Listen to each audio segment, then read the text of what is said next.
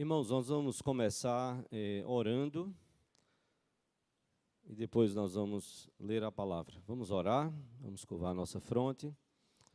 Senhor Deus e Pai, nós te agradecemos, Senhor, pela bênção de podermos estar mais uma vez reunidos neste domingo, nesta semana, para exaltarmos e glorificarmos o Teu nome. Ó Deus, nós clamamos por graça e misericórdia, de forma que Teu Espírito nos dê compreensão e entendimento de uma doutrina tão preciosa, tão profunda, que a Tua Palavra nos ensina. De forma que, tomados por esta preciosidade, exultando por tantas bênçãos, o Senhor nos dê graça de vivermos para o louvor da Sua glória. E que a graça do Senhor seja exaltada nas nossas vidas e possamos reconhecer isto e vivermos para exaltarmos e glorificarmos o Teu nome. Nós te pedimos, agradecidos por Tua Palavra, que nos guia e nos orienta. Pedimos isto, a Tua bênção e a ação do Teu Espírito, em nome de Jesus e para a glória dEle. Amém, Senhor. Amém. Eu convido os irmãos a abrirem a Palavra de Deus lá em Romanos, capítulo 6. Eu vou pedir que você possa acompanhar silenciosamente. Eu vou fazer a leitura deste capítulo, mas de forma que a gente possa ir, eu vou dar algumas ênfases na hora da leitura, para que a gente possa ir percebendo como a palavra de Deus nos coloca diante deste assunto. Como a gente tem feito, nós vamos ter aquele momento de exposição, sem interrupção, e no final, e você pode também ir anotando aí suas dúvidas, e no final, então, a gente vai buscar tentar esclarecer possíveis dúvidas, tá certo? Romanos capítulo 6, quando no final do capítulo 5, o apóstolo Paulo, Romanos, no final do capítulo 5, ele vai dizer a partir do versículo 19, porque como pela desobediência de um só homem muitos, Romanos 5, 19, o final do capítulo 5, porque como pela desobediência de um só homem muitos se tornaram pecadores, assim também por meio da obediência de um, está tratando de Jesus, muitos se tornarão justos. Sobreveio a lei para que avultasse a ofensa, mas onde abundou o pecado, superabundou a graça, a fim de que, como o pecado reinou pela morte, assim também reinasse a graça, pela justiça para a vida eterna, mediante Jesus Cristo, nosso Senhor. E aí, terminando esse capítulo desta forma, Paulo vai iniciar, exatamente quando ele termina, dizendo que onde abundou o pecado, onde foi grande o pecado, foi incomparavelmente maior, superabundou a graça. Então ele vai começar o capítulo 6 jogando uma pergunta, duas perguntas para enfatizar um raciocínio que não deveria acontecer. Que diremos, pois? Permaneceremos no pecado para que seja a graça mais abundante? Então Paulo vai dizer, de modo nenhum. Como viveremos ainda no pecado, nós os que para ele morremos? Ou porventura ignorais que todos nós que fomos batizados em Cristo Jesus, fomos batizados na sua morte? Fomos, pois, sepultados com ele na morte pelo batismo, para que, como Cristo foi ressuscitado dentre os mortos pela glória do Pai, assim também andemos nós em novidade de vida. Porque se fomos unidos com ele na semelhança da sua morte, certamente o seremos também na semelhança da sua ressurreição. Sabendo isto, que foi crucificado com ele o nosso velho homem, para que o corpo do pecado seja destruído, e não sirvamos o pecado como escravos. Porquanto quem morreu está justificado do pecado. Ora, se já morremos com Cristo, cremos que também com ele viveremos, sabedores de que, havendo Cristo ressuscitado dentre os mortos, já não morre. A morte já não tem domínio sobre ele. Pois quanto a ter morrido, tratando de Jesus, de uma vez para sempre morreu para o pecado. Mas quanto a viver, vive para Deus. Assim também vós considerai-vos mortos para o pecado, mas vivos para Deus em Cristo Jesus. Bom, diante de tudo isso que Jesus fez, então, agora Paulo vai dizer, não reine, portanto, o pecado em vosso corpo mortal, de maneira que obedeçais às suas paixões. nem ofereçais cada um os membros do seu corpo ao pecado como instrumentos de iniquidade, mas oferecei-vos a Deus como ressurretos dentre os mortos, e os vossos membros a Deus como instrumentos de justiça. Porque o pecado não terá domínio sobre vós, pois não estáis debaixo da lei, e sim da graça. E daí? Havemos de pecar porque não estamos debaixo da lei, e sim da graça? De modo nenhum. Não sabeis que daquele a quem vos ofereceis como servos para a obediência, desse mesmo a quem obedeceis, sois servos, seja do pecado para a morte ou da obediência para a justiça? Mas graças a Deus, porque outrora, observe o que Paulo diz, escravos do pecado, contudo, viestes a obedecer de coração à forma de doutrina a que fostes entregues. E uma vez libertados do pecado, fostes feitos servos da justiça. Falo como homem, por causa da fraqueza da vossa carne. Assim como oferecestes os vossos membros para a escravidão da impureza e da maldade para a maldade, assim oferecei agora os vossos membros para servirem à justiça para a santificação. E Paulo então está falando dessa escravidão do pecado, e agora ele está chamando a igreja a servir ao Senhor que os salvou, ao Senhor Jesus. E aí então Paulo vai dizer, porque quando eres escravos do pecado, estáveis isentos em relação à justiça. Naquele tempo, que resultados colhestes? Somente as coisas de que agora vos envergonhais, porque o fim delas é morte. Agora, porém, libertados do pecado, transformados em servos de Deus, tende o vosso fruto para a santificação e, por fim, a vida eterna. Porque o salário do pecado é a morte, mas o dom gratuito de Deus é a vida eterna em Cristo Jesus, nosso Senhor. Nosso Senhor. O salário do pecado, o salário do pecado é a morte, mas o dom gratuito de Deus é a vida eterna em Cristo Jesus, nosso Senhor. Quero então hoje pensar com vocês sobre esta lição 2. O que é o livre-arbítrio? Eu vou pedir para a gente correr esse microfone. O que é que você já ouviu sobre o que é o livre-arbítrio? Eu lembro de um programa que era Se Vira nos 30. Pronto, você vai ter 30 segundos para falar, tá certo? Para que a gente possa ouvir outras pessoas. O que é que você já ouviu sobre livre-arbítrio? Não, eu já ouvi falar isso e isso. 30 segundos, se vira nos 30. Quando chegar com 20, eu vou fazer assim, certo? E aí vai caindo, finaliza. O que é que você já ouviu sobre livre-arbítrio? O livre-arbítrio, para mim, é você ter uma escolha. E você decide ou um caminho ou outro. Ou faz uma coisa ou não. Ou decide ou não. Aí, para mim, é isso. Ter a escolha. Quem mais já ouviu alguma coisa sobre livre-arbítrio e gostaria de compartilhar? Se vira nos 30. Pode falar. Pode ser que seja alguma coisa que você acredite ou que você já ouviu, você pode nem acreditar, mas você já ouviu alguma coisa sobre livre-arbítrio. Se vira nos 30. Ninguém ouviu mais nada sobre livre-arbítrio lá atrás.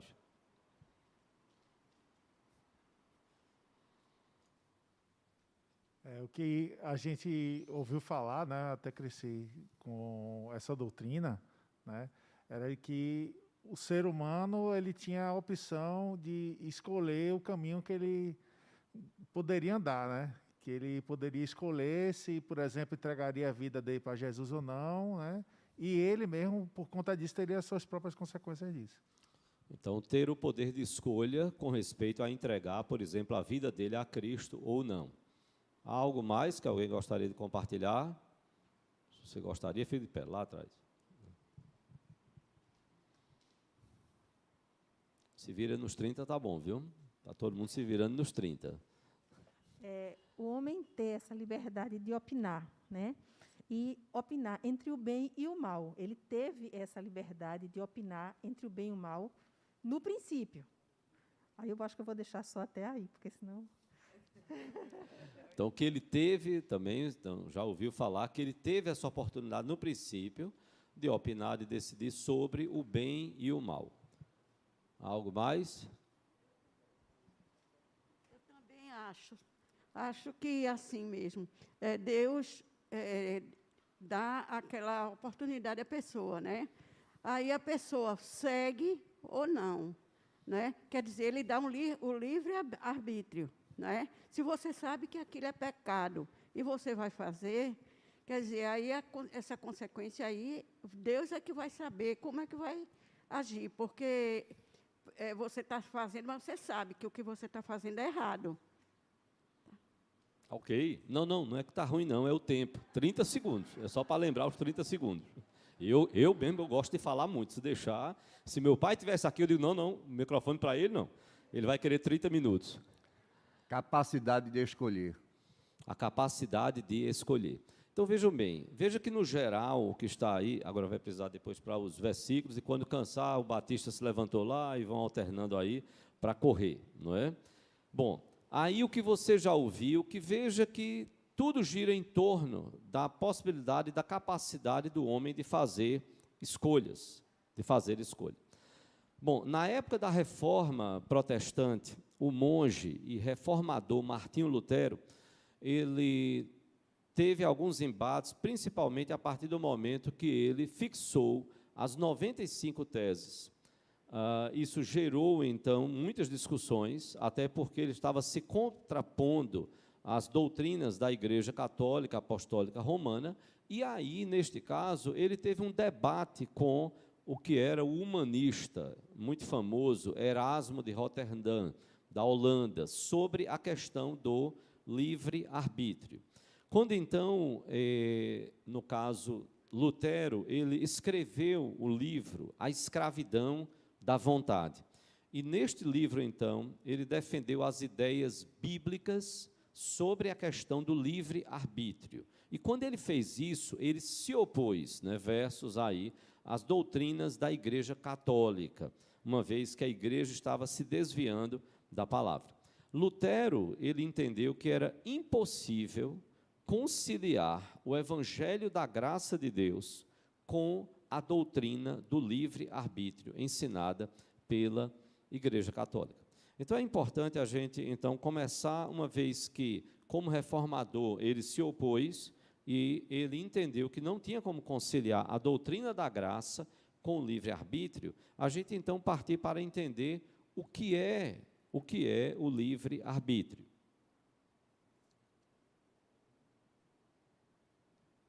De modo geral, o livre-arbítrio, como vocês colocaram, é entendido como a liberdade que o homem tem de fazer escolhas. E isso sem qualquer influência, nem mesmo a influência de Deus. E nesse caso, o homem ele é visto como um ser completamente livre, sem que haja nenhuma interferência, nenhuma influência, então ele toma as suas decisões. E aí é quando a gente tem, por exemplo, no dicionário de Aurélio, que arbítrio é a resolução que depende só da vontade. Então, o arbítrio é a resolução que depende só da vontade. Arbitrar é julgar como árbitro, julgar como juiz. Por exemplo, você tem daí o nome árbitro de futebol. Ele é o juiz, é ele quem julga as questões que acontecem ali no jogo. Então, é julgar como árbitro, é determinar, é decidir, é resolver segundo a sua própria consciência. Quando a gente traz esse termo livre-arbítrio para o campo da teologia, seria, no caso, na teologia, a capacidade que o homem tem de fazer escolhas que podem ser contrárias ou não à sua natureza, a natureza, no caso, do homem. Segundo as Escrituras, e aí vai ser importante a gente ver alguns textos, segundo as Escrituras, os únicos que tiveram, e na doutrina reformada, no entendimento da Igreja Reformada, da Igreja Presbiteriana, os únicos que tiveram o livre-arbítrio, a total liberdade de tomada de decisão ali, foram Adão e Eva. E às vezes quando se usa assim, não, o único que teve foi Adão. Lógico que está dizendo tanto Adão como Eva, entendendo os dois seres humanos primeiros ali, como os primeiros e únicos que tiveram o livre arbítrio. Eu quero convidar, então, os irmãos, dois, que possam abrir em Eclesiastes 7:29 e outro irmão em Gênesis 1:27. Eu vou pedir que a gente leia primeiro Gênesis 1:27 e depois Eclesiastes 7:9. Gênesis 1:27, se você pode ler em voz alta, aí peço que você fique em pé, aguarde o microfone chegar, até porque como a gente está tendo a transmissão, quem está em casa estará ouvindo a sua linda voz em alto e bom som. Então, bote volume, que a turma do som já está ok ali, e aí você lê, isso ajuda quem está acompanhando online. Gênesis 1:27. Criou Deus, pois, o homem à sua imagem. A imagem de Deus o criou. Homem e mulher os criou. Então, veja, é muito importante que a gente diga que tanto o homem como a mulher, eles foram criados à imagem e semelhança de Deus, e por isso eles foram criados em retidão e perfeita santidade. Eles foram criados perfeitos, à imagem de Deus. E essa imagem implica também em liberdade. Deus os criou livres, assim como também criou os seres celestiais, os anjos, assim como Satanás se rebelou, foram criados livres, não é, pelo próprio Deus. Vamos ver o que é que nos diz Eclesiastes. Eclesiastes, quem é que pode ler? Eclesiastes 7:29. Eis o que tão somente achei, que Deus fez o homem reto, mas ele se meteu em muitas astúcias. Deus fez o homem reto e ele se meteu em muitas astúcias. Ele pecou, ele se afastou do propósito de Deus. Agostinho de Hipona, que era uma região da África, do norte da África, Agostinho de Hipona, ele traz um esquema, e você tem isso na apostila, para que a gente compreenda melhor qual o entendimento da teologia, que depois, então, foi chamada de teologia reformada, sobre a condição do homem antes e depois da queda. Então, Agostinho de Hipona defendia, à luz do que a palavra de Deus fala, que antes da queda, o homem, ele era capaz de não pecar e ele era capaz de pecar. Então, o homem foi criado à imagem e semelhança de Deus, está lá em Gênesis. Eclesiastes fala que Deus criou o homem em retidão, reto, perfeito, e esse homem se meteu em muitas encrencas, que ele pecou, que ele se afastou de Deus. Então, no entendimento de Agostinho, antes da queda, o homem era capaz de não pecar e capaz de pecar. E é isso que também Paulo vai falar lá em Romanos, e aí no capítulo 6, no capítulo 5, quando ele vai mostrar que Adão e Eva estavam como representantes de toda a humanidade. Se eles não pecassem, viveríamos sem pecado. Se eles pecassem, como aconteceu, nós sofremos as consequências e passamos também, como descendência, a pecarmos. Então, antes da queda, o homem era capaz de não pecar e era capaz de pecar. Depois da queda, o entendimento da teologia reformada, e a gente vai depois ver o estrago que o pecado fez, é que o homem, o ser humano, passou a ser incapaz de não pecar. Depois da queda, o homem passou a ser incapaz de não pecar. Me permitam só a colocação, eu fico muito preocupado que a gente cuide, para que a gente não esteja se vendo sempre, eternamente, como miseráveis pecadores. Que a gente também não pode esquecer o que Jesus fez na cruz por nós, e o trabalhar dele na nossa vida a cada dia. Então, nós não somos tão aquele miseráveis, porque agora nós partimos em Cristo Jesus a sermos filhos de Deus, somos amados pelo Senhor, somos trabalhados pelo Espírito de Deus. E aí eu lembro de uma expressão, talvez os mais antigos aí devem lembrar, quando alguém diz, eu sou um pecador lavado e remido no sangue de Jesus. É uma condição diferente, quando eu não tenho Cristo. quando eu não creio no Senhor Jesus Cristo, o que Ele fez por mim, quando eu não o sigo, não entreguei minha vida a Ele, a minha condição está diferente. Mas a partir de Cristo, tudo muda, e a gente vai ver isso. Então, vamos ver o que é que o pecado fez na nossa vida. Vamos ver aí o estrago desse pecado. Na teologia reformada, o entendimento é que a condição do homem, depois do pecado, ela é chamada, na teologia reformada, e Calvino usou também esse termo, e outros teólogos, de depravação total ou radical. E quando se usa essa expressão radical, é por conta daquilo que atingiu o nosso ser, a nossa raiz, que é o nosso coração. Então, na teologia reformada, o entendimento é que o homem, depois do pecado, ele se tornou totalmente depravado, a partir da raiz, a partir do seu coração. E aí nós vamos ver algumas consequências desse estrago do pecado. A primeira consequência é que o pecado atingiu todos os homens, inclusive as crianças. Se você abre no Salmo 51, versículo 5, o salmista vai dizer: em iniquidade me concebeu minha mãe. E é interessante, eu vou pedir para alguém ler Isaías 48, 8. Isaías 48, 8. Aí você fica de pé, aí o microfone chega para você. Isaías 48, 8. Tu nem as ouvistes, nem as conhecestes, nem tampouco antecipadamente se te abriram os ouvidos, porque eu sabia que procederias muito perfeitamente, e eras chamado de transgressor desde o ventre materno. Eras chamado de transgressor desde o quê? Desde o ventre materno. De vez em quando a gente lembra a igreja, né? Porque a gente diz assim: eita, essa criancinha tão pura. Não, pura não. Ela pode, entre aspas, ser um tanto inocente no aspecto que ela ainda não errou tão visivelmente. Mas eu não posso dizer que uma criança ela é pura.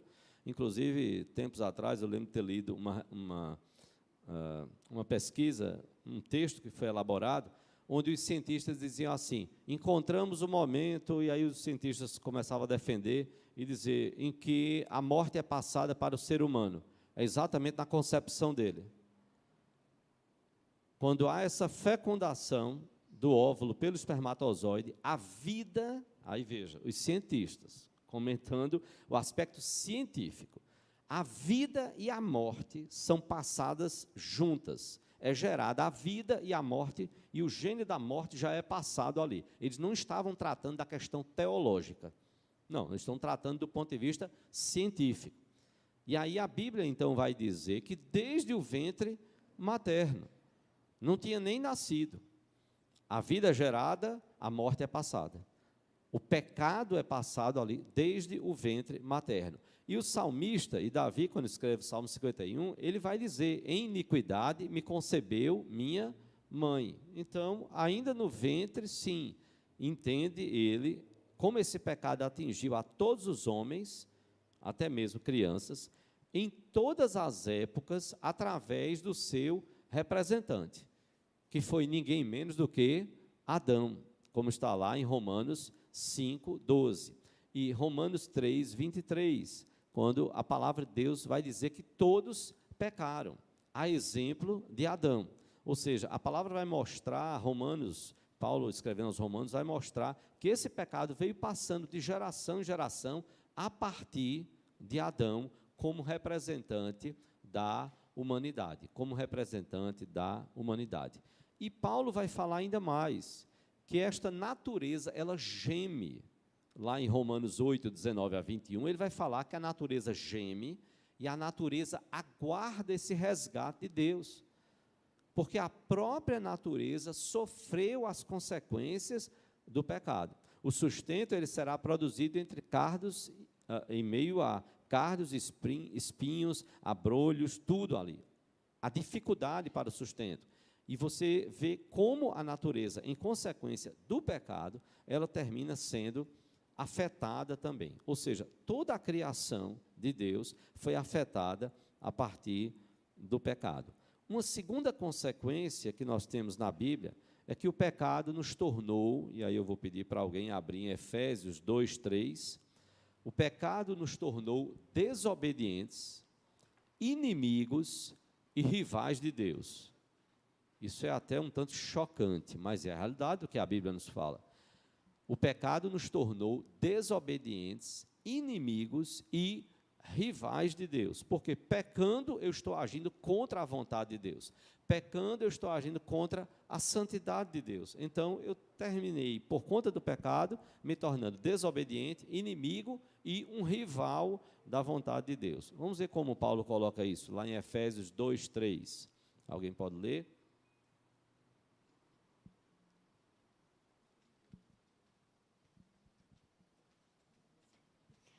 Entre os quais também todos nós andamos outrora, segundo as inclinações da nossa carne, fazendo a vontade da carne e dos pensamentos. E éramos, por natureza, filhos da ira, como também os demais. Olha a expressão que Paulo usa. Paulo está tratando da questão do pecado no coração do ser humano, e Paulo então vai dizer, e éramos, por natureza, filhos da ira. Filhos da ira. E tudo isso por conta do nosso pecado. Nós nos tornamos filhos da ira, criaturas tornados em filhos da ira. E eu quero já de antemão lembrar você, porque as pessoas às vezes confundem assim, todos são filhos de Deus. A Bíblia não ensina isso. Todo ser humano é filho de Deus. A Bíblia não ensina. É só você olhar bem simples, João 1, versículo 12. Mas a quantos o receberam, deu-lhes o poder de serem feitos filhos de Deus. Todos são criaturas de Deus, mas filhos não. Filhos, a Bíblia já está dizendo, são aqueles que recebem a Jesus. A quantos o receberam? Ele veio para o que era seu e os seus, ou seja, o povo de Israel, os seus não o receberam. Mas a quantos o receberam, deu-lhes, Deus deu a eles, deu-lhes o poder de serem feitos filhos de Deus, a saber, os que creem no seu nome, a saber, os que creem no seu nome. Então, o pecado nos tornou desobedientes, inimigos e rivais de Deus, filhos da ira, como a Bíblia diz. Mas o pecado ainda fez mais. Efésios 2:1, ele vai dizer, ele vos deu vida, estando vós mortos nos vossos delitos e pecados. O pecado matou o homem, afastando de Deus. Paulo, quando escreve aos Efésios, ele vai dizer a condição de todo ser humano. Ele, Deus, vos deu vida, estando vós mortos nos vossos delitos e pecados. Ou seja, toda a humanidade estava na condição de morto. Morto espiritualmente para Deus. E é preciso, então, Deus nos conceder a vida. Paulo, uma quarta consequência, e aí esta também é extremamente importante para o entendimento do livre-arbítrio, é que o pecado afetou todas as faculdades do ser humano. Eu vou pedir para alguém abrir lá em Romanos capítulo 3, os versículos de 10 a 18. Romanos 3, de 10 a 18. E aí eu vou pedir para você ler em voz alta, Romanos 3, de 10 a 18. E perceba aí como a Bíblia vai dar uma ênfase de que não há nenhum sequer que faça o bem. Não há nenhum sequer que faça o bem. E veja como a Bíblia faz questão de destacar aí vários e vários pecados através do corpo humano.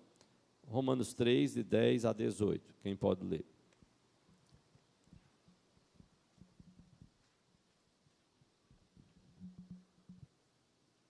Como está escrito, não há justo nenhum sequer. Não há quem entenda, não há quem busque a Deus. Todos se extraviaram a uma e se fizeram inúteis. Não há quem faça o bem, não há nenhum sequer. A garganta deles é um sepulcro aberto. Com a língua urdam engano, veneno de víbora está nos seus lábios. A sua boca eles a têm cheia de maldição e de amargura. São os seus pés velozes para derramar sangue. Nos seus caminhos há destruição e miséria. desconhecem o caminho da paz. Não há temor de Deus diante de seus olhos. Então, veja como Paulo vai usar várias citações do Antigo Testamento, e aí você vê como Paulo está dando a ênfase, primeiro, que não há um justo, nenhum sequer, isso aqui é enfático, não há quem entenda, não há quem busque a Deus, ou seja, ele está enfatizando e dizendo, olha, nenhum ser humano está partindo dele essa ação. Mas por que não está partindo de nenhum deles? Ninguém pode, não fui eu. Eu me destaco aqui porque fui eu que busquei a Deus. Por que isso? Paulo vai dizer, olha, todos se extraviaram.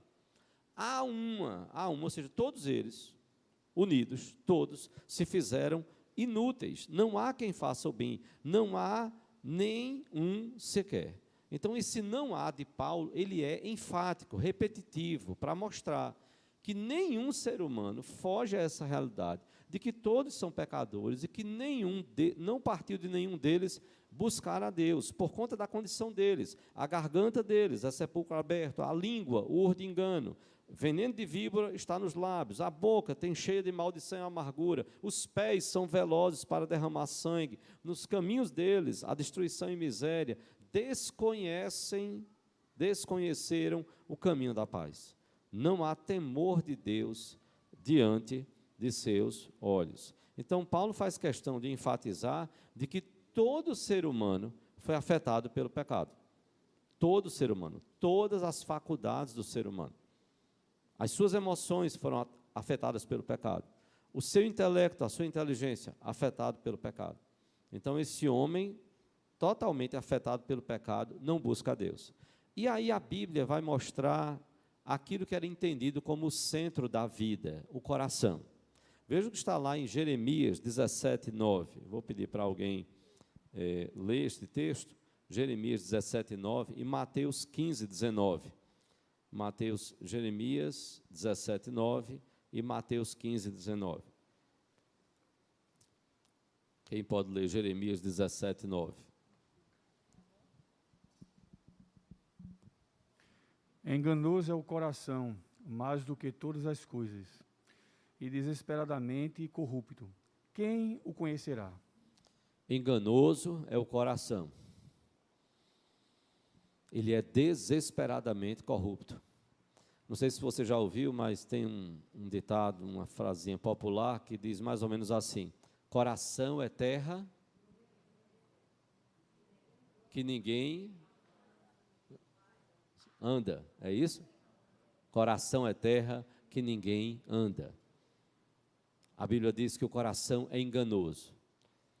Ele é totalmente corrupto, ele está corrompido, esse coração do ser humano. Ele está totalmente contaminado, então as suas decisões se tornam decisões contaminadas a partir da raiz. Vamos ver Mateus 15, 19. Mateus 15, 19. Quem pode ler? Você fica de pé aí, o microfone chega aí para você. Mateus 15, 19. Aqui, sim. Mateus 15, 19. Porque do coração procedem maus desígnios, homicídios, adultérios, prostituições, furtos, falsos testemunhos, blasfêmias. Veja que Jesus está dizendo que do coração procedem os maus desígnios. E é por isso, então, que os teólogos reformados usam, então, essa expressão, que o homem ele é totalmente depravado.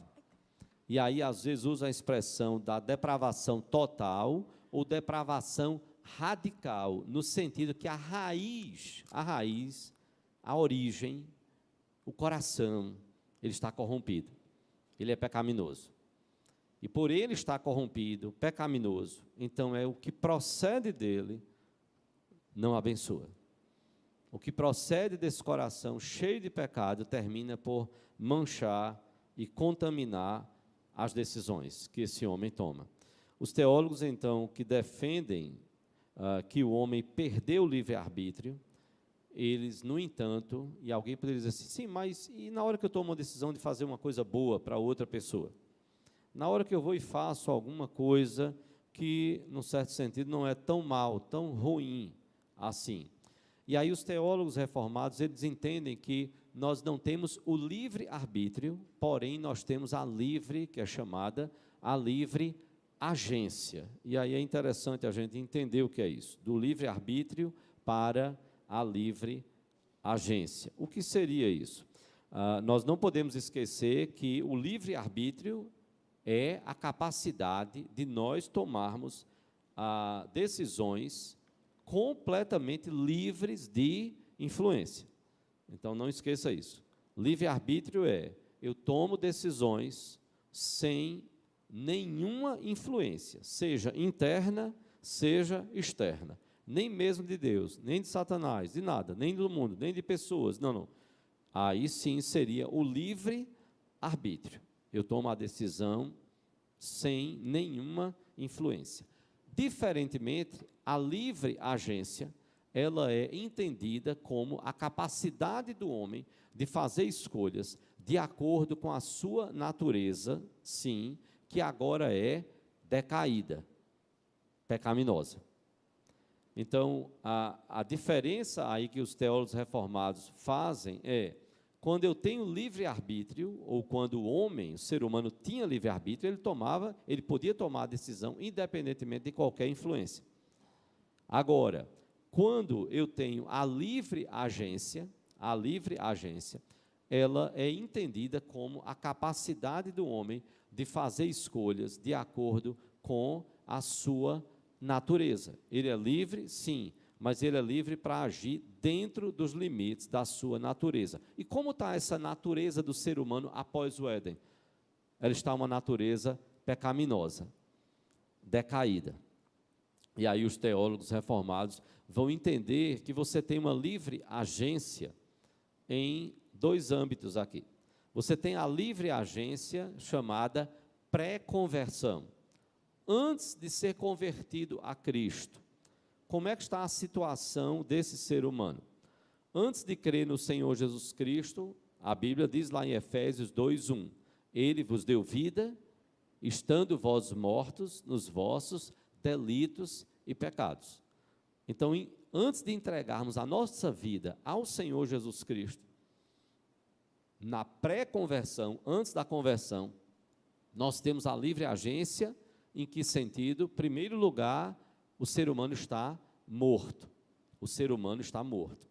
Eu vou pedir para alguém abrir em Jeremias 13, 23. Jeremias 13, 23.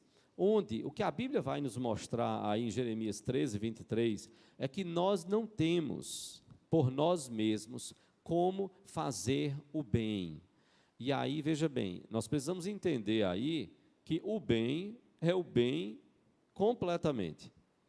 Não é a questão de simplesmente você pedir uma folha de papel ofício, só lembrando, né, no final a gente vai abrir para perguntas, para dúvidas, tá certo? A gente vai estar abrindo, como já fizemos desde o início. Alguém pediu uma folha de papel ofício que estava precisando fazer um registro, aí eu vou entrego aquela folha ali. Bom, eu fiz um bem, num certo sentido, sim. Eu consigo ficar fazendo o bem eternamente e nunca fazer o mal? Não. Não. E aí a gente vai entender aí algumas coisas.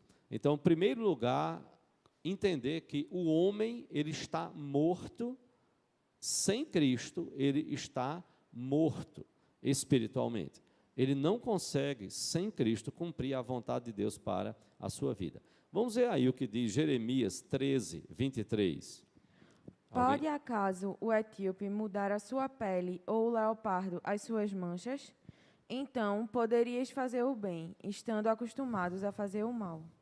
E aí você pode dizer assim, sim, mas tem como hoje a gente mudar a cor da nossa pele. Geralmente o etíope era tipo um negro, não é, da África.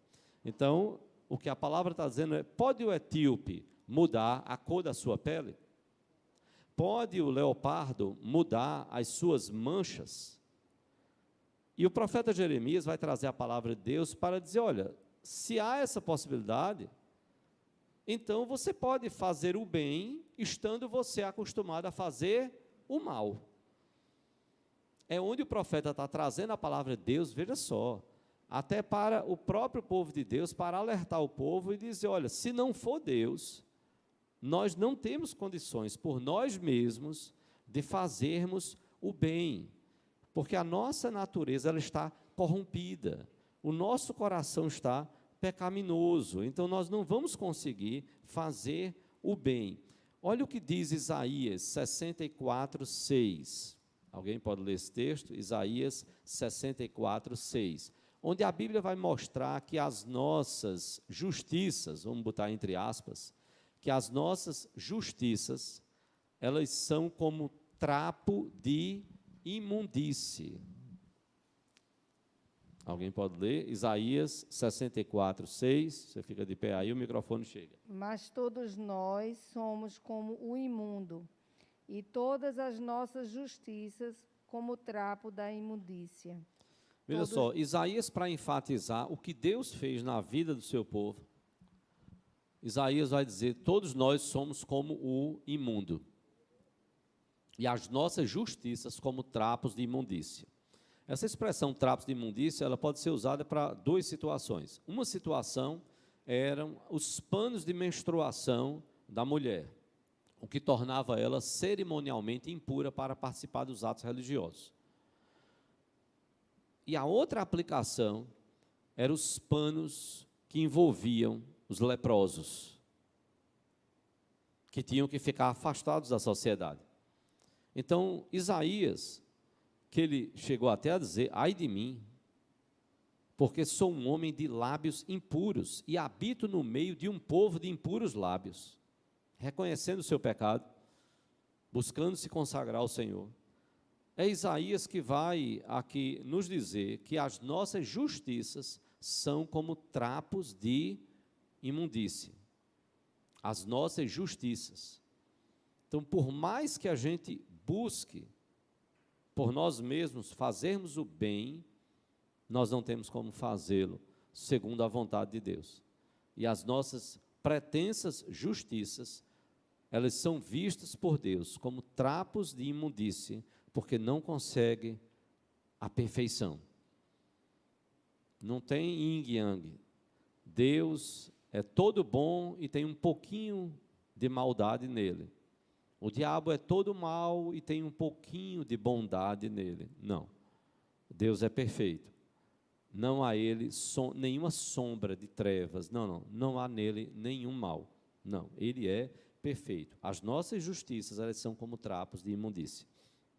E aí, então, João 8, 34, eu vou pedir para alguém ler, João 8, 34, vai nos mostrar que a condição do homem é de escravidão, é de servidão ao pecado. Alguém pode ler? João 8, 34.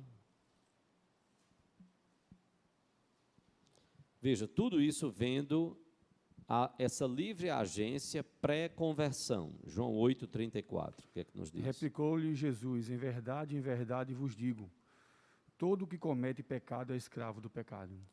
Todo que comete pecado é escravo do pecado. Então veja, antes de Cristo, essa era a nossa condição. E é a condição de qualquer ser humano sem Cristo.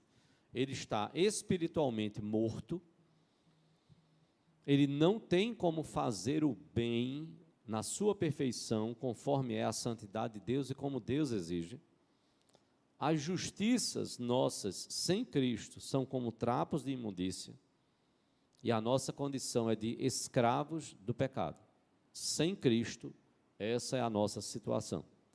Mas como age, como é que há essa livre agência após pós-conversão? A partir do momento que o nosso coração é convertido a Cristo.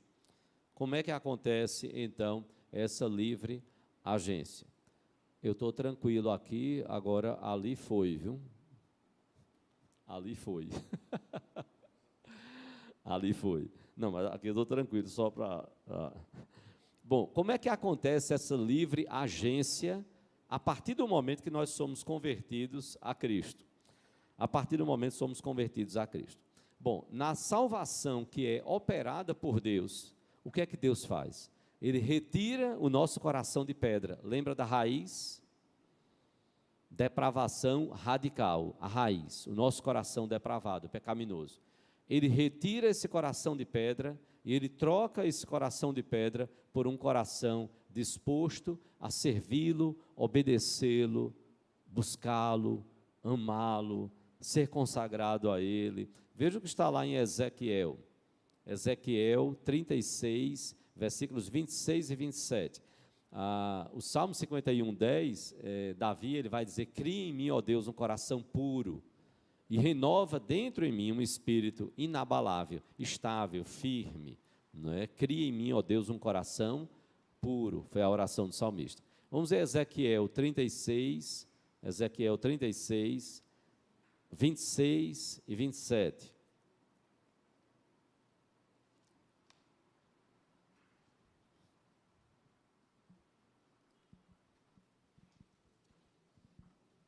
Dar-vos-ei coração novo, e porei dentre vós espírito novo. Tirarei de vós o coração de pedra, e vos darei o coração de carne.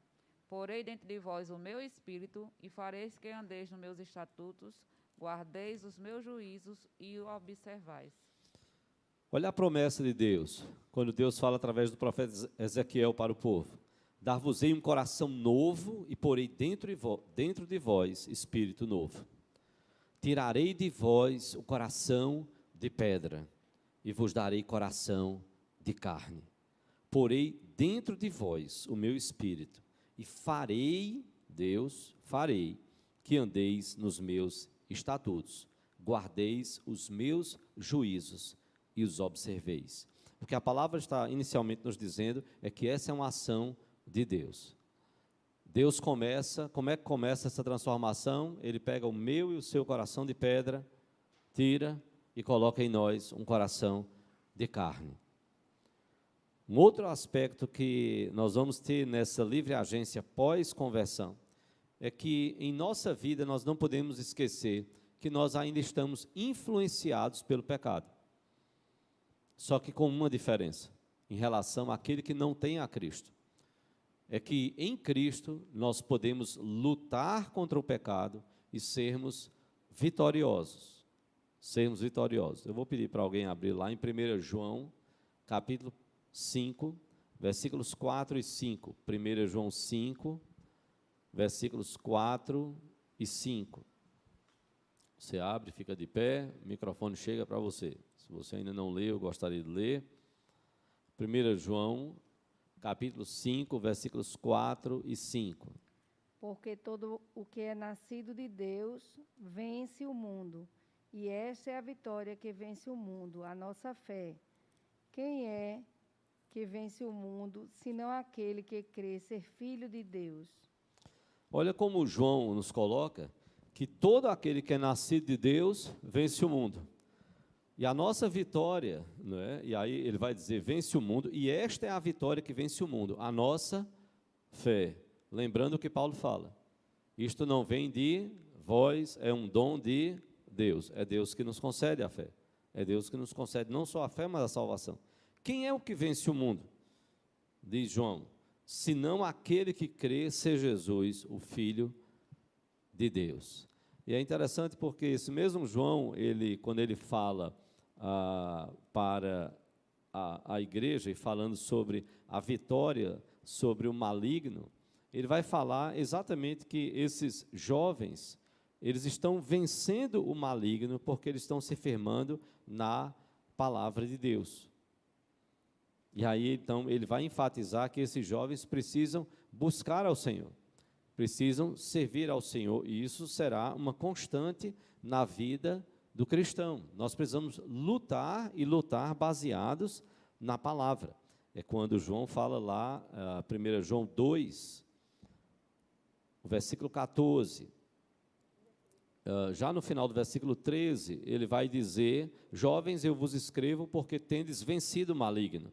Filhinhos, eu vos escrevi, 1 João 2, 13 e 14, porque conheceis aquele que existe desde o princípio. Jovens, eu vos escrevi porque sois fortes, e a palavra de Deus permanece em vós, e tendes vencido o maligno. Então, veja, nós só podemos ser vitoriosos, e nós só podemos agir e lutar contra o pecado por causa de Jesus em nós. É a obra dele nas nossas vidas. Então, na nossa vida, nós somos influenciados, ainda temos a tentação, ainda temos o pecado tentando tomar conta da nossa vida, sim.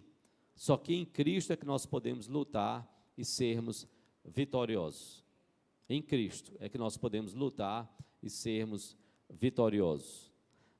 Lutero é que diz que ele achava que tinha afogado o pecado nas águas do batismo.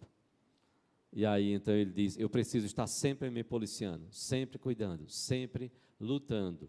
E aí é tendo a assistência de Deus. Agora, veja, apesar de sermos vitoriosos, nós não estamos dizendo que o cristão volta a ter o livre-arbítrio que Adão teve, porque o pecado ainda está em nós. E aí nós precisamos lutar. O pecado ainda está em nós. Você lembra de Efésios capítulo 6, a armadura de Deus, que nós precisamos nos apropriar dessa armadura. 2 Timóteo 3, Paulo vai dizer que toda escritura, ela é útil, ela é inspirada por Deus, e ela é útil para nos corrigir, para exortar, para nos consertar, para tornar o homem perfeito e perfeitamente habilitado para toda boa obra. Então, é só pela palavra de Deus, pela ação do Espírito, aplicando essa palavra, mudando o nosso coração, tirando esse coração de pedra, colocando o coração de carne, moldando esse coração à imagem de Jesus, para que a gente aprenda com o Mestre, a ser como Ele, já que Ele foi, é e continuará sendo perfeito. Ele é o nosso exemplo. Então, nós vamos estar buscando, pela ação do Espírito, conformar a nossa vida conforme a vontade dEle. Então, nós não podemos esquecer isso. Nós não estamos dizendo, e os teólogos reformados, eles não dizem, a partir do momento que Jesus troca o seu coração de pedra por um coração de carne, agora você volta a ter o livre-arbítrio. Não, não é isso que a Bíblia fala. Porque nós ainda sofremos as consequências, as tentações do inimigo. Nós ainda sofremos essa influência do pecado no nosso coração. Se olharmos para Adão e Eva, eles foram criados santos e perfeitos. Foram criados santos e perfeitos, e eles não precisavam se esforçar para obedecer a Deus. Eles já foram criados com esta possibilidade. Agora, nós que nascemos debaixo do pecado e fomos regenerados pelo Espírito Santo, nós sim precisamos nos esforçar e guerrear contra o pecado em nós. Por isso que Paulo vai dizer, a nossa luta não é contra carne e sangue. A nossa luta, não fique pensando que a luta é aqui humana. Não, não, não. Ela é muito maior. A nossa luta, como diz Paulo lá em Efésios, ela é contra principados e potestades. Contra os poderes deste mundo tenebroso. Poderes que nós não vemos. E que se manifestam, sim, através de pessoas, de governos, e seja do que for. Mas, lembrando, a nossa luta é contra principados e potestades. Agora, o que nos enche de esperança é o que a palavra de Deus nos fala. É que só na eternidade, os teólogos reformados defenderam isso, só na eternidade nós não pecaremos mais. E a nossa natureza estará cativa somente à vontade de Deus. Aqui nós sofremos ainda as lutas, as tentações, as pressões do pecado.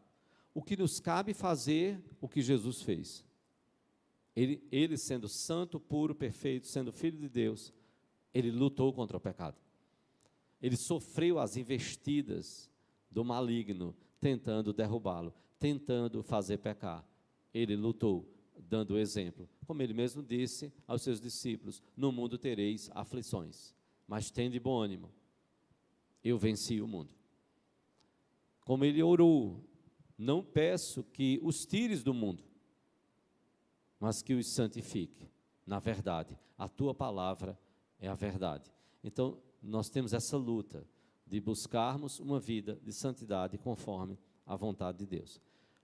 Lembrando, recebemos um novo coração em Cristo? Sim. Recebemos de volta o livre-arbítrio? Não. Porque nós ainda sofremos a influência do pecado, e graças a Deus pela influência do Espírito Santo. Então, sofremos influência dos dois lados, do pecado, ainda tentando reinar no nosso coração, tentando, quando Lutero diz que ele pensou que tinha afogado o velho homem nas águas do batismo. Esse velho homem está sempre tentando retornar. E nós estamos na luta para que nós possamos viver conforme a vontade de Deus. Para a gente poder concluir e abrir para tentarmos esclarecer algumas dúvidas. Algumas conclusões importantes. Em primeiro lugar, é a conclusão de que os teólogos reformados e Agostinho e os teólogos da Reforma Protestante, Lutero, Calvino, Zwinglio e tantos outros, defenderam de que pelas Escrituras, pelos ensinamentos das Escrituras, o livre-arbítrio, ele foi perdido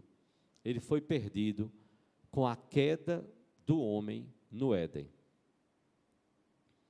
O homem não consegue decidir sem influência. Sempre há alguma influência. E o homem sem Cristo piorou, porque a influência é do seu coração pecaminoso, da ação de Satanás contra esse homem. Então, o homem não consegue decidir por sua livre e total vontade. Sempre há uma influência olhando à luz do que a palavra nos falou.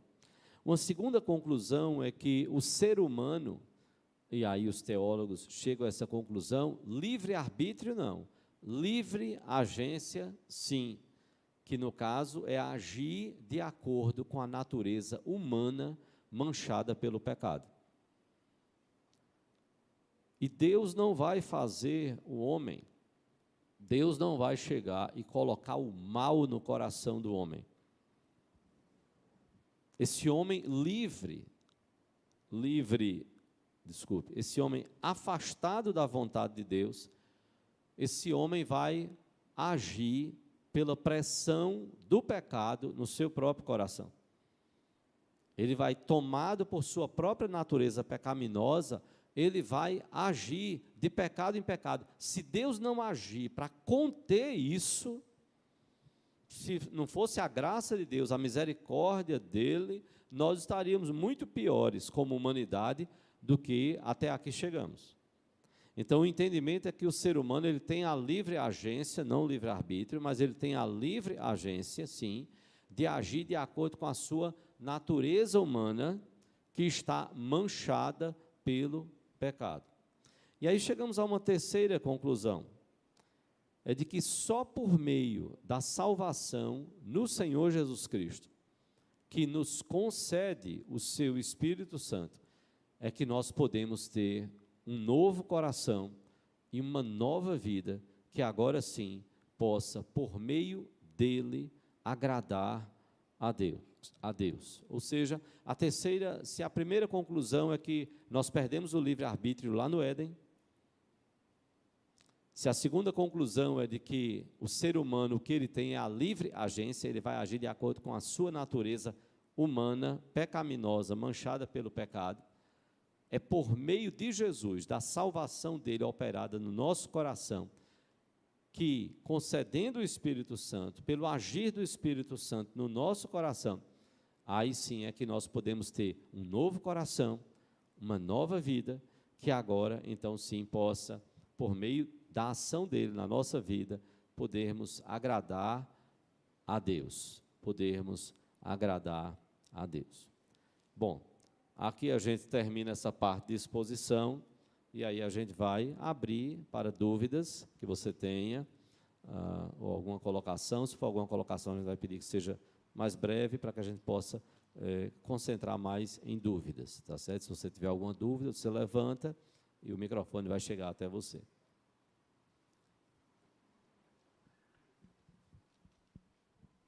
Irmãos, eu queria saber com relação ao pecado na criança, que foi uma discussão que eu tive com uma amiga ontem. Como uma criança nasce em pecado, qual é o discernimento que uma criança tem para fazer uma escolha do livre mal? A gente estava questionando, nasceria uma criança mal ou aquilo seria fruto do pecado do homem adulto, que já era uma criança corrompida, e passa aquela maldade para a criança. porque nós estávamos conversando sobre os filhos e como tem visto que tem crianças que, bem pequeninas, às vezes 5, 6, 7 anos, têm uma crueldade que você fica se questionando. Aquilo nasceria com ela, aquele mal, aquele pecado, seria isso o fruto já do pecado numa criança? Ou isso seria o fruto da corrupção do adulto? Porque eu creio que o adulto é que tem que fazer a criança, a formação dela. Eu não acredito que uma criança nasça com maldade, com esse fruto, a maldade como fruto do pecado. O pecado que eu creio que nasce com a criança é o que ela tem que morrer, a morte. Mas a maldade em si, aquilo já nasce com uma criança, ou aquilo seria o fruto do meio, onde ela convive, que é a maldade é passada. Porque uma criança ela ainda não é um ser renovado, renascido em Cristo. Ela não tem o discernimento de muitas coisas. A gente traz ela para a igreja para que ela tenha aquele discernimento e que ela escolha pela renovação em Cristo. Mas, pequenina ainda, ela não tem como fazer essa escolha. Entendo. Veja só, a gente entendeu o seguinte aspecto, depois tem lá. A gente compreender que o meio tem influência, sim. A gente não pode negar que o meio não tem influência. O meio tem influência. Certo? Um meio, quanto mais maléfico, quanto mais pessoas que vivem no pecado, que não têm o menor temor de Deus, isso vai ser de pior a pior. Certo? Agora, é só isso? Não. Se a gente não tivesse a revelação da palavra de Deus, o ser humano ia ficar só pensando no meio, sem a revelação da palavra de Deus. Por quê? Porque a revelação da palavra, a palavra aqui revelada, ela vai nos trazer algo que nós não temos como pegar. Nenhum cientista chegou para dizer assim, olha, está comprovado cientificamente que o coração de um bebezinho que nem tem o intelecto desenvolvido, que o pecado existe ali. Não tem como. O cientista não vai provar isso daí. Porque isso é uma questão espiritual, que aí só pela palavra revelada. O que é que, e aí como a gente leu ali, é quando a palavra vai dizer que, veja, os dois textos que nós lemos, não é, principais, mas que Davi vai dizer que em pecado me concebeu minha mãe. Em pecado. Então, desde o ventre. E o texto, o outro texto que nós lemos aqui, foi o texto que mostra justamente o aspecto que desde o ventre materno, não é conforme nós lemos aí, desde o ventre materno, o texto de Isaías 48:8. Então, desde o ventre materno, o pecado está lá. O pecado está lá. Compare ao que Jesus diz. Ele disse, olha, o adultério, os judeus dizem assim, se você deitou-se com outra mulher, que não sua esposa, você cometeu adultério. Aí Jesus diz, não, antes disso, você não precisa nem se deitar. Só em você pensar, você já cometeu adultério. Se você olhou com intenção impura, você já cometeu adultério. Porque a intenção está lá. Ou seja, o pecado ele vai gerar a intenção, e esse pecado que gera a intenção, havendo oportunidade, gera a ação. Então, esse pecado que está no coração do ser humano e que é passado, segundo a palavra, de ser humano para ser humano, e aí a gente vê a preciosidade e a beleza do que a palavra de Deus nos fala. Jesus nasceu sem pecado. E Jesus nasceu sem pecado porque o coração de Maria era imaculado, era sem pecado? Não. Não houve a junção de Maria e José. Não houve isso aqui. O que foi gerado, como disse, foi uma obra do Espírito Santo. Então, o ser humano, o pecado está lá. Assim como o adultério, é só uma questão de oportunidade. O pecado está lá. E não é só pecado para condenação. Não, é pecado mesmo, é o pecado, que vai passando de geração a geração. O meio trará a sua contribuição, mas o pecado está lá. O pecado está ali no coração do ser humano, desde o ventre materno. Agora, como é que a gente sabe isso? Nós só podemos saber disso a partir da revelação da palavra de Deus. Só pela revelação. Porque não tem como você pegar. Não é? Você vai dizer assim, e um coração, uma criança com o primeiro dia de nascido, e ela já nasce com pecado? Sim. Ela já não é nem o pecado, nasceu, o médico pegou, deu a tapinha, chorou. A partir dali começou o pecado, porque ele chorou. Não. Desde a concepção. Em iniquidade me concebeu minha mãe. A concepção, o pecado foi passado, ali já na concepção. Agora, como sabemos? Só pela revelação. Sem revelação nós não saberíamos, não é? No fundo, então, pastor, é como se lida com os efeitos da queda em relação à imagem de Deus, né? Porque quem acredita do livre-arbítrio acha que essa imagem de Deus não foi trincada de uma maneira indelével, assim, né? Mas só que a gente acredita que com a queda, os efeitos cósmicos foram tão grandes que toda a natureza ficou corrompida e, obviamente, que a gente perdeu essa capacidade, né? Assim, seria basicamente isso, né? Resumindo, né? E fora isso também, né, um outro mistério que me passa pela cabeça, né? Que, assim, né, entre aspas, seria muito mais fácil se Deus tivesse criado o ser humano só com a vontade cativa a ele, né? Mas, por algum motivo, ele quis que uma coisa chamada história surgisse, né? Que foi o que surgiu a partir da queda, né, do ser humano, né? Realmente, eu vou saber... Uma coisa chamada o quê? História. E outras tantas coisas. Não, mas a história... Assim, então, uma frase que eu vi, né, que assim, num podcast chamado Fora do Éden, né, que a história começa a acontecer com a queda do ser humano, porque a gente não tinha contagem do tempo, né? É nesse sentido, assim, né, que é um mistério que a gente só vai saber na eternidade, né? Porque que Deus não quis criar o ser humano já com a vontade cativa, e sim com o livre-arbítrio, que teria, entre aspas, poupado muito problema para a gente, né? Difícil para a gente até porque não vá para o céu com a expectativa, olha, no dia que eu estiver no céu, eu vou parar com Deus, vou dizer, Deus, vem cá, por que o Senhor fez isso?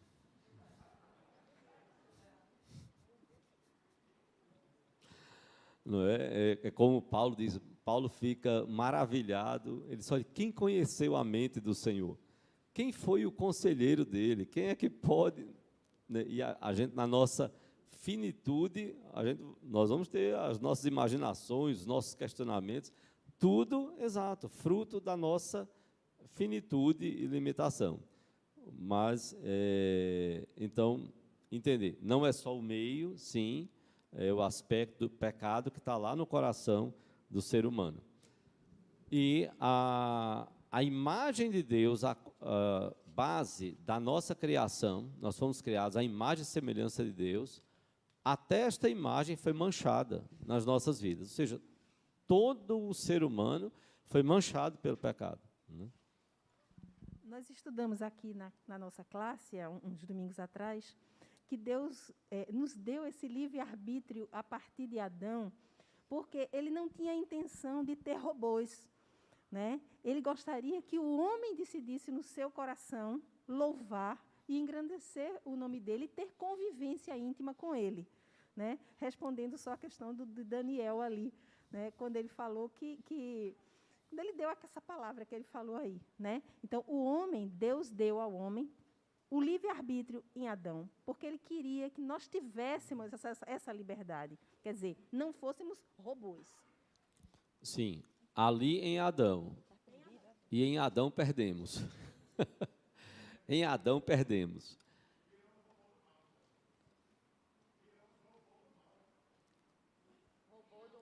Sim, viramos robôs do mal. Escravos, não é o que a Bíblia diz? Escravos do pecado. Filhos da ira. Se não for Jesus, nós continuaremos escravos do pecado. Continuaremos filhos da ira. Alguém até ficou chocado. Pastor, filhos da ira? Sim, como diz, filhos da desobediência, filhos da ira. Sim, por conta de quê? Por conta do pecado. Esse pecado foi passando de geração a geração. Ali, no entendimento da igreja reformada, dos teólogos reformados, mas não entendimento de filosofia, não. Buscando a compreensão do que a palavra de Deus fala, o ser humano perdeu o livre-arbítrio. Ele perdeu a capacidade total de tomar a decisão sem nenhuma influência, dentro ou fora dele, não é? Pois não. Eu estou com uma dúvida aqui. Filipenses se aplicaria a esse assunto aí. É o Filipenses 2. 2 quanto? 2,13, que diz assim: porque é Deus quem produz em vós, tanto o querer como o realizar, segundo a sua boa vontade. Isso. E aí ele está falando, no caso, falando para a igreja, Deus é quem efetua em vós tanto, e aí é interessante isso, tanto o querer, observe bem, olha o que Paulo está falando para a igreja, Deus é quem efetua em vós, no coração de vocês, tanto o querer como realizar. Quem é que gera a vontade de fazer o bem segundo a vontade de Deus? É Deus. Satanás não vai gerar isso. E o ser humano, por estar no pecado, longe de Cristo, não esquecer, sem Cristo, o ser humano é inimigo de Deus. Sem Cristo, o ser humano quer fazer a vontade dele, não a vontade do Pai, não a vontade de Deus, porque o seu coração está tomado pelo pecado. É isso que a palavra vai nos ensinando. Então, só por meio de Cristo é que a nossa vontade é transformada. E aí, então, Paulo vai dizer, Deus é quem efetua em vós, tanto o querer, tanto a vontade, é Deus quem gera no nosso coração a vontade para fazer o bem, como o realizar essa vontade, de forma perfeita, segundo a vontade de Deus. É Deus quem gera isso no nosso coração, né? Eu queria só uma pergunta. Nós perdemos o livre-arbítrio com Adão, não é isso? E então, nós, através de Jesus, temos o Espírito Santo para nos orientar, nos alertar, nos esclarecer, nos ensinar, nos mostrar que estamos pecando e que devemos voltar ao caminho certo. Aí eu ficou uma dúvida que eu queria que o senhor me esclarecesse. E o período antes de Cristo, que os profetas, porque houve aqueles homens de Deus, os profetas, que falavam ao povo. Então, como foi essa escolha dos profetas? Como Deus escolheu os profetas? Antes de Jesus encarnar, sim. a fé precisava estar no Messias. Até mesmo na adolescência eu achava, olhando para o Antigo Testamento, para lhe proteger, viu? No Antigo Testamento, eu, quando adolescente, eu achava que você tinha que cumprir a lei para ser salvo. Não. No Antigo Testamento, você tinha que crer lá naquela promessa. Eu levantarei o descendente, nascido de mulher, ele vai esmagar a cabeça da serpente, lá de Gênesis 3, ou seja, a vinda desse Messias Salvador. O israelita, ele não era, quando ele tentava cumprir a lei, ele não conseguia cumprir a lei. Ele não conseguia fazer totalmente a vontade de Deus, cumprir perfeitamente a vontade de Deus, porque o coração dele estava tomado pelo pecado. Ele precisava crer no Messias para ser salvo. Ele precisava crer no Messias para ser salvo. Então, antes de Cristo vir ao mundo, ele, Jesus, é a promessa na qual todo israelita e qualquer ser humano precisava crer nele para ser salvo, segundo a eleição, e é uma coisa que vem mais à frente aí, segundo a predestinação, segundo a eleição, segundo os planos eternos de Deus, ele precisava crer no Messias. E aí, crendo no Messias, ele ia buscar cumprir a lei, como vontade de Deus. E aí, lutando contra o pecado, porque ele descumprir uma coisa, Deus opera, leva ele a cumprir. E aí vai agindo, não é? Então, durante toda a existência do ser humano, até Adão e Eva, a fé no Messias Salvador. A fé, mesmo antes. Os profetas, os servos de Deus, todos eles. A fé no Messias Salvador. Até que Jesus veio e cumpriu a profecia de que o Messias viria, encarnaria, sofreria, tudo. Por isso que Isaías vai falar lá do Salvador sofredor, lá de Isaías 53, apontando para Jesus. Isaías esperava, cria naquele Salvador e proclamou, o Salvador. Sempre isso, sempre a fé no Senhor Jesus Cristo. Opa, aqui. Você está... não, desculpa, é a dúvida, certo. Sobre Adão. Adão, o senhor falou que ele era sem pecado, teve o livre-arbítrio, certo? Mas se Deus já sabia que ele iria pecar, ele teria que pecar. Então ele não teve como fugir ou como escolher. Ele iria escolher o pecado. Né? Então, assim, a questão do arbítrio de Adão não foi assim um arbítrio, né?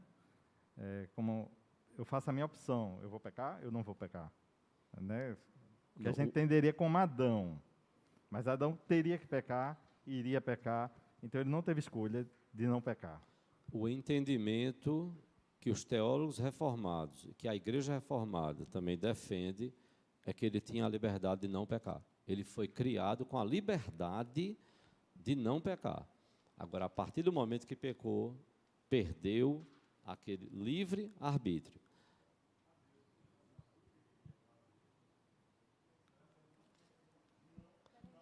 O saber, aí a gente entraria na mente de Deus.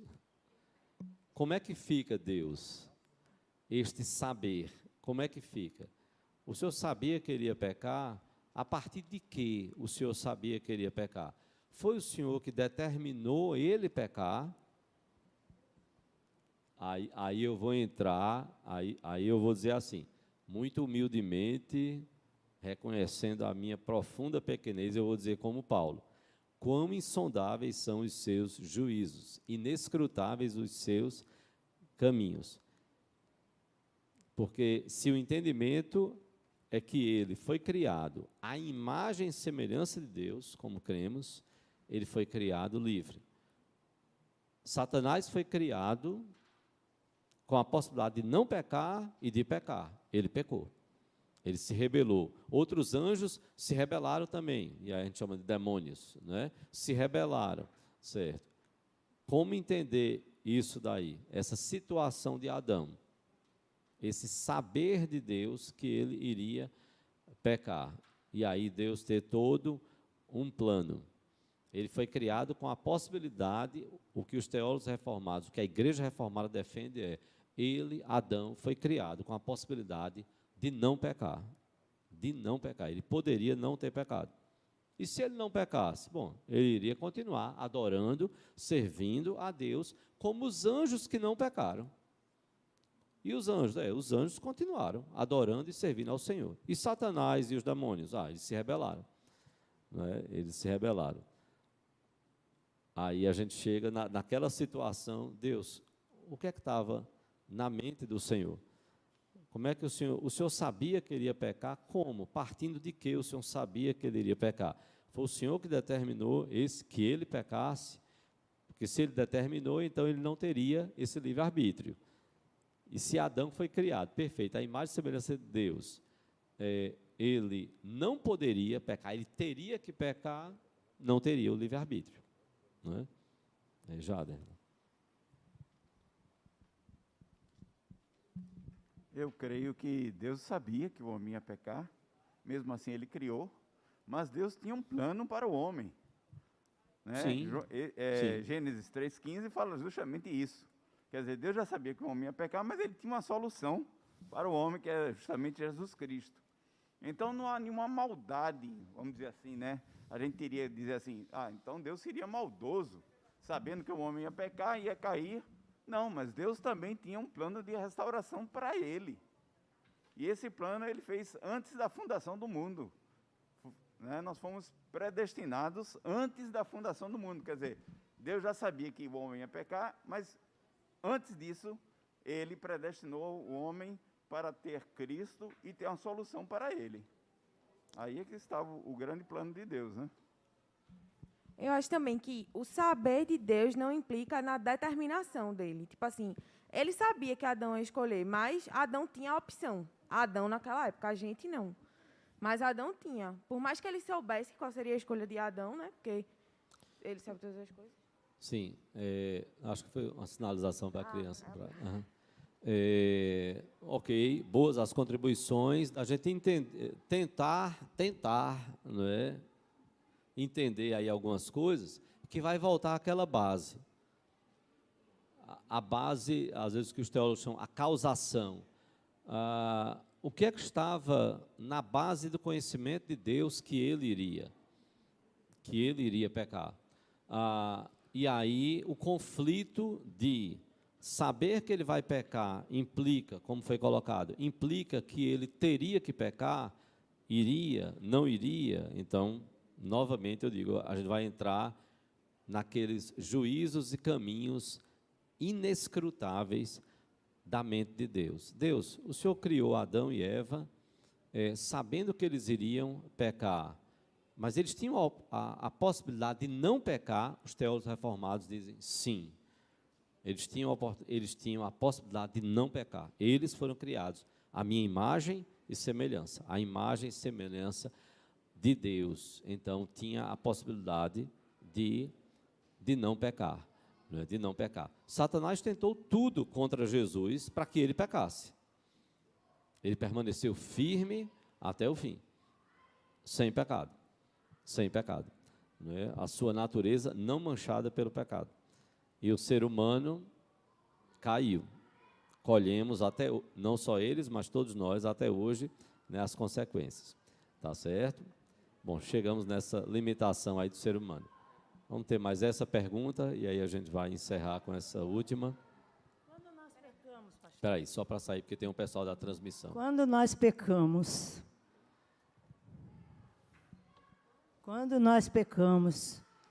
quando nos infringimos a lei, né? Sim, quando fugimos do pecado, a palavra pecado é errar o alvo. Eu sempre aprendi assim na aula do catecismo, tinha que decorar os 10 mandamentos, que é as leis de Deus, né?